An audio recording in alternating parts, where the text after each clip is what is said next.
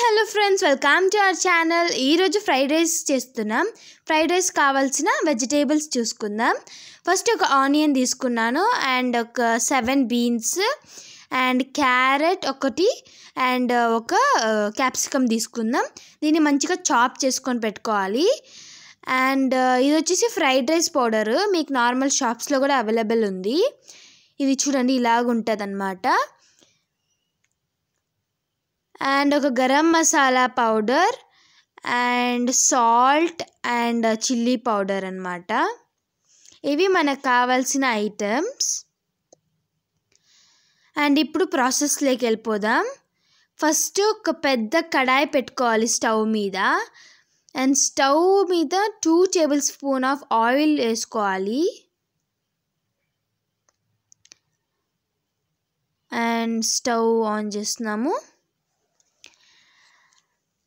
ఇప్పుడు ఒక్కొక్కటి వెజిటేబుల్స్ వేసుకుందాం. ఫస్ట్ వచ్చేసి ఆనియన్ వేసుకుంటున్నాము అండ్ క్యాప్సికమ్ వేసుకుంటున్నాము అండ్ అలాగే బీన్స్ అండ్ క్యారెట్. ఈ వెజిటేబుల్స్ అన్నిటినీ ఒక్కసారి నీట్గా మిక్స్ చేసుకుందాం.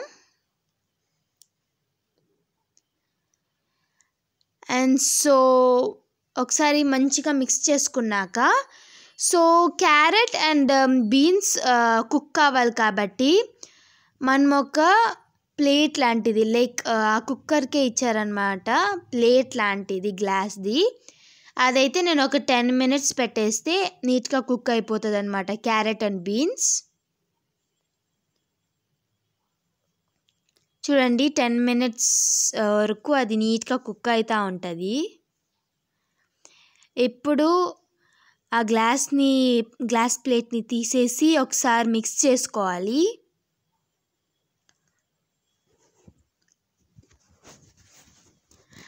అండ్ ఒకసారి నీట్గా మిక్స్ చేసుకున్నాక మనం కొద్దిగా సాల్ట్ వేసుకుందాం. బికాస్ ఫ్రైడ్ రైస్ మసాలాలో ఆల్రెడీ సాల్ట్ ఉంటుంది కాబట్టి మనం లైట్గా సాల్ట్ వేసుకుంటున్నాం అన్నమాట, లైక్ పించ్ ఆఫ్ సాల్ట్ అన్నట్టు. అండ్ ఇప్పుడు ఫ్రైడ్ రైస్ మసాలాని ఒక గ్లాస్లోకి వేసుకున్నాం కదా.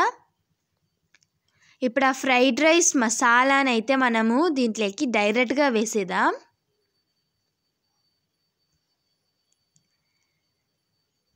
ఫ్రైడ్ రైస్ మసాలా వేసాక ఒకసారి నీట్గా కలుపుకోవాలి.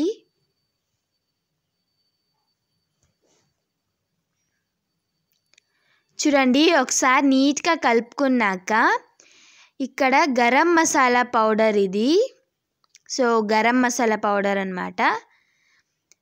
ఇది కూడా ఒక 1 టేబుల్ స్పూన్ వేసుకుంటున్నాం.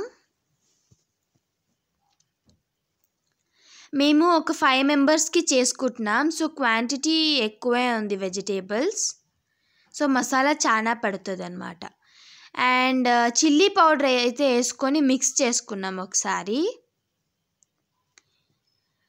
అండ్ నీట్గా మిక్స్ చేసుకున్నాక ఇది వచ్చేసి కుక్డ్ రైస్ అన్నమాట, ఆల్రెడీ కుక్ చేసిన రైస్. దీన్ని మంచిగా నీట్గా వేసుకొనేసి మళ్ళీ నీట్గా మిక్స్ మిక్స్ మిక్స్